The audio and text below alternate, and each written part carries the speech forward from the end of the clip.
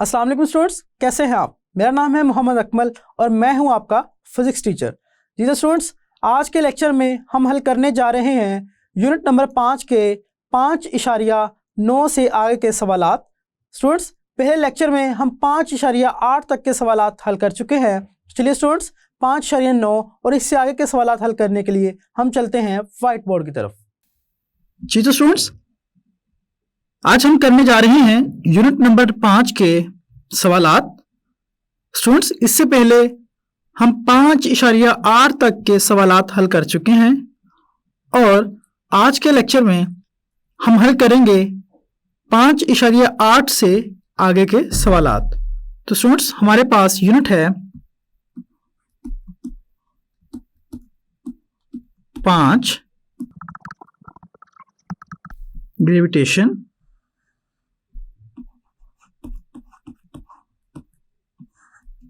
और स्टूडेंट्स सवाल नंबर है 5.9, जिसमें कहा गया है न्यूटन के ग्रेविटेशन के कानून की वजाहत कीजिए। जी तो स्टूडेंट्स, न्यूटन के ग्रेविटेशन के कानून की वजाहत कीजिए। स्टूडेंट्स, न्यूटन के ग्रेविटेशन के कानून के बारे में हम पहले भी पढ़ चुके हैं। तो स्टूडेंट्स, चलिए इस सवाल का जवाब लिखने की कोशिश करते हैं। स्टूडेंट्स, न्यूटन के ग्रेविटेशन के कानून की जो तारीफ थी उसके मुताबिक हमने कहा था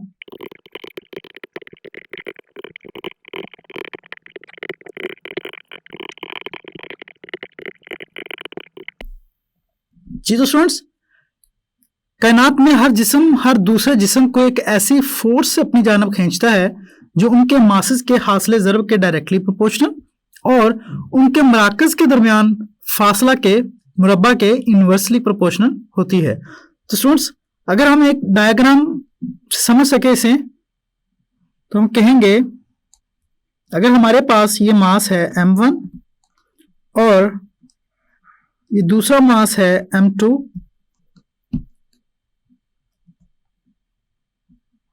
स्टूडेंट्स अगर इनके मराकज के दरमियान जो फासला है हम कहें कि वो r है,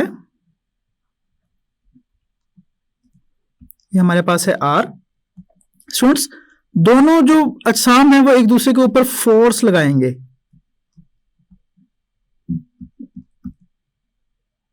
अगर हम इसे कहें F1 और इसे कह दें F2।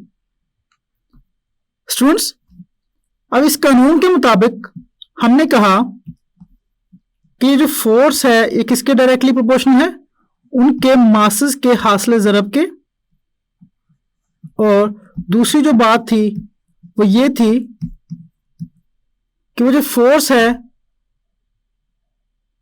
वो इन्वर्सली प्रोपोर्शनल है किसके, उनके मराकज के दरमियान फासला के मुरब्बा के। स्टूडेंट्स, आर उनके दरमियानी फासला है और उसके मुरब्बा के इन्वर्सली प्रोपोर्शनल फोर्स की मिकदार होगी। जी तो स्टूडेंट्स, अगर हम इन दोनों को इकट्ठा करें तो हम कहेंगे F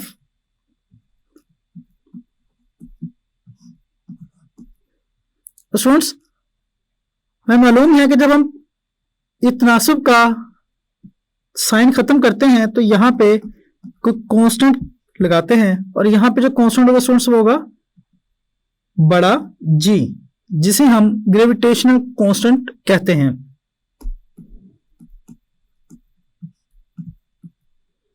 स्टूडेंट्स, ये है मसावात ग्रेविटेशन के कानून की, जहां पे ये F जो है ये फोर्स है,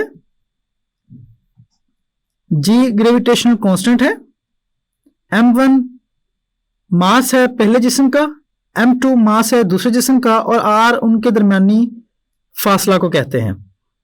स्टूडेंट्स, G की कीमत हमारे पास होती है 6.67 ज़रब 10 की ताकत -11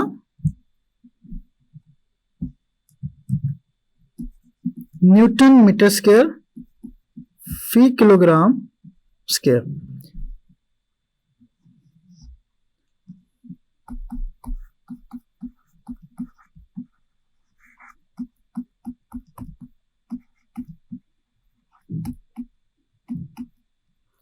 जी तो स्टूडेंट्स, ये था हमारे पास ग्रेविटेशन का कानून, जिसमें हमने कहा कि दो अजसाम जो हैं वो एक दूसरे के ऊपर फोर्स लगाते हैं, और वो फोर्स किस तरह से लगाते हैं स्टूडेंट्स, हमने उसकी एक मसावात बनाई। और स्टूडेंट्स यहाँ पे एक और चीज जो बड़ी अहम है वो मैं आपको बता दूं कि जो फोर्सेस F1 और F2 एक दूसरे पे लगा रहे हैं ये अजसाम, ये बराबर होती हैं, मगर क्योंकि इनकी सिमत मुखालिफ है तो हम कहते हैं कि इनकी कीमत तो बराबर है मगर इनकी जो सिमत है वो एक दूसरे के मुखालिफ है। इस वजह से यहां पे हम नेगेटिव का साइन लगाते हैं। ये तो स्टूडेंट्स ये था हमारे पास ग्रेविटेशन का कानून। अब हम चलते हैं अगले सवाल की तरफ। स्टूडेंट्स सवाल नंबर है 5.10, जिसमें कहा गया है जमीन का मास किस तरह मालूम किया जा सकता है।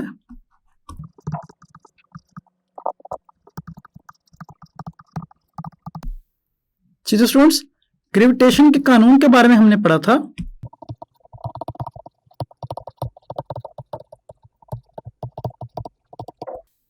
स्टूडेंट्स, ग्रेविटेशन का कानून क्या था कि F बराबर है G m1 m2 over r का मुरब्बा। स्टूडेंट्स यहां पे m1 एक मास है, m2 दूसरा मास है, और r उन मासेस के दरमियान का फासला है। स्टूडेंट्स अगर हमने जमीन का मास मालूम करना है तो हम इन दोनों मासेस में से किसी एक मास को जमीन का मास कहेंगे। फर्ज कीजिए कि हमारे पास हम कहते हैं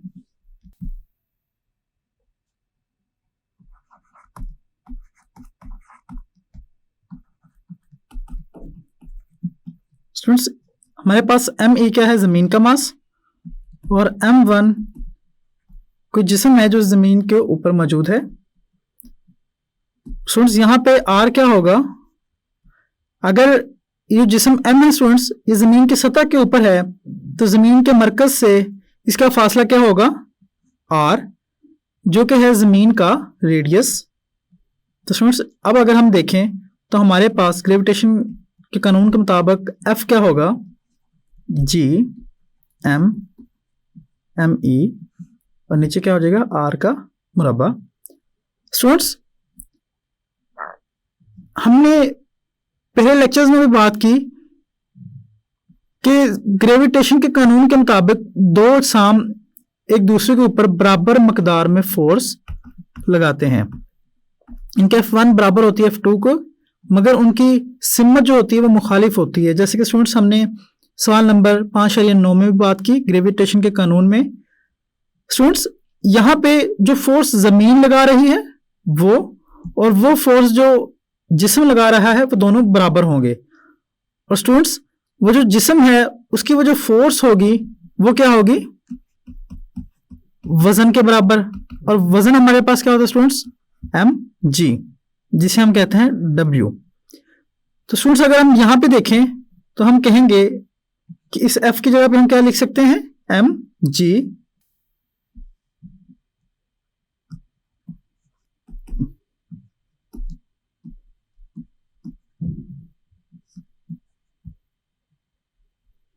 स्टूडेंट्स हमने जमीन का मास मालूम करना है चूंकि, तो हम बाकी तमाम वैल्यूज को मसावात की दूसरी जानब ले जाएंगे।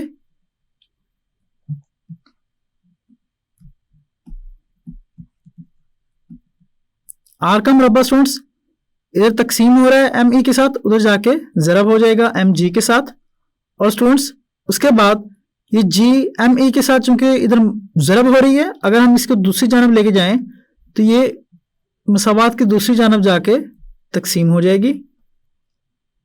और स्टूडेंट्स अब यहाँ पे हमारे पास सिर्फ m बचा है, चूंकि ये भी एम ई के साथ ज़रब हो रहा है, ये भी मसावात की जब दूसरी जानब जाएगा तो ये भी तकसीम हो जाएगा।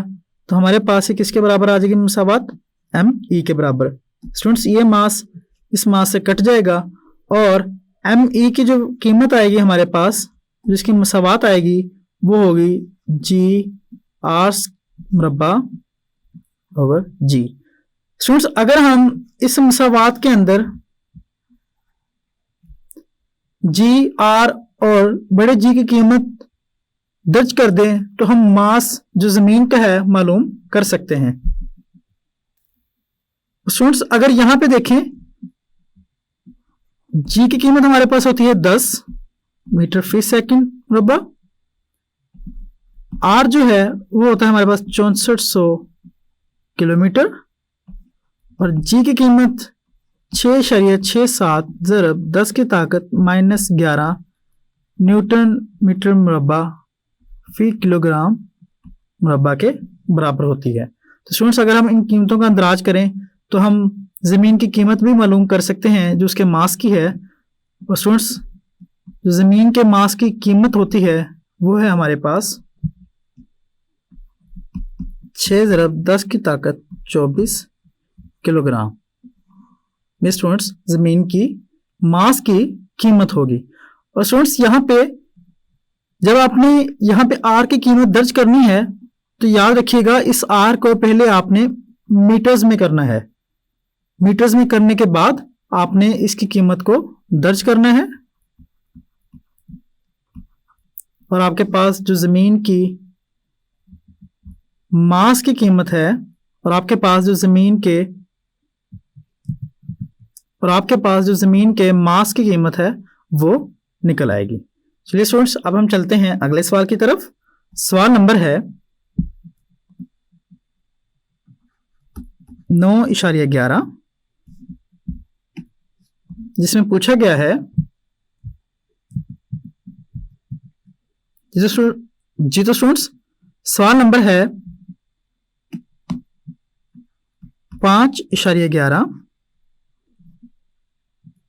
और इस सवाल में पूछा गया है क्या आप चांद का मास मालूम कर सकते हैं? अगर कर सकते हैं तो ये मालूम करने के लिए आपको किस चीज की जरूरत होती है?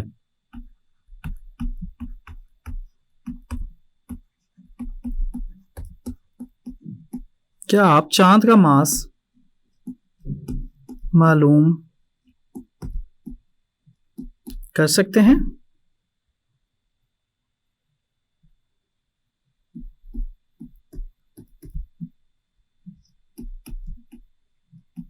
अगर कर सकते हैं तो ये मालूम करने के लिए आपको किस चीज की जरूरत होती है?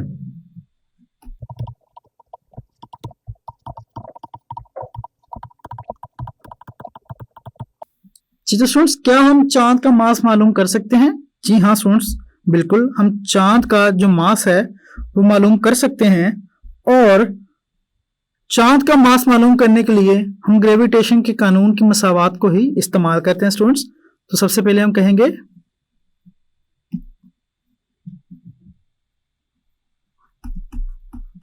जी हाँ हम चांद का मास मालूम कर सकते हैं।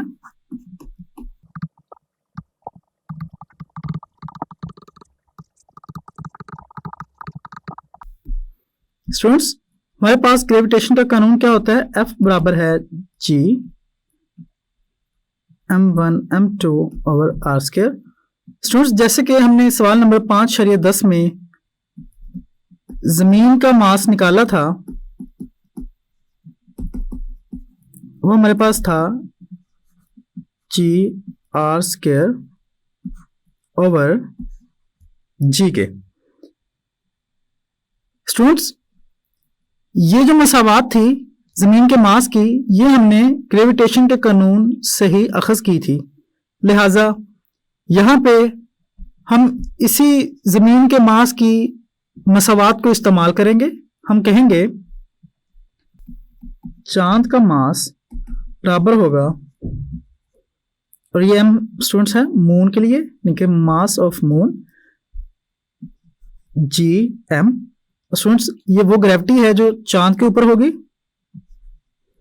और R का मुरब्बा।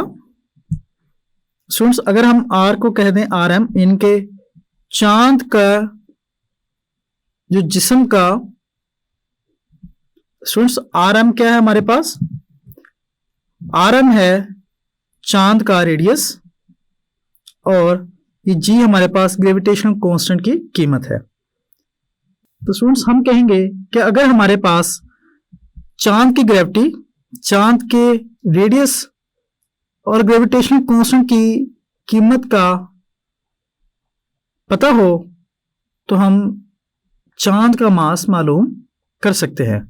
तो स्टूडेंट्स अगर हमने इसको लिखना हो तो हम कहेंगे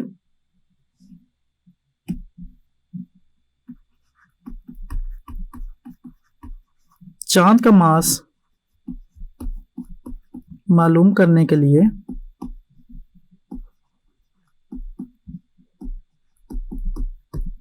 हमें चांद पर ग्रेविटी जीएम की कीमत,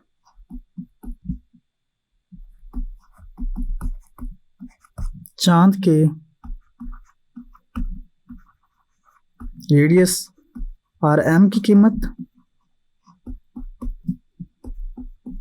और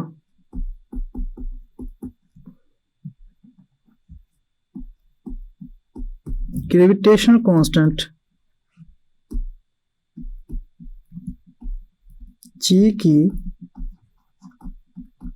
कीमत चाहिए होगी। तो स्टूडेंट्स अगर हमारे पास सिर्फ जीएम, आरएम और जी की कीमत हो तो हम चांद का मास मालूम कर सकते हैं। जी तो स्टूडेंट्स आज के लेक्चर में हमने 5.9, 5.10 और 5.11 के सवालात को हल किया। स्टूडेंट्स हमने उनको समझने की कोशिश की और उनके जवाब लिखे। जी तो स्टूडेंट्स 5.11 से आगे के सवालात हल करने के लिए मिलते हैं अगले लेक्चर में। तब तक के लिए अल्लाह हाफिज़।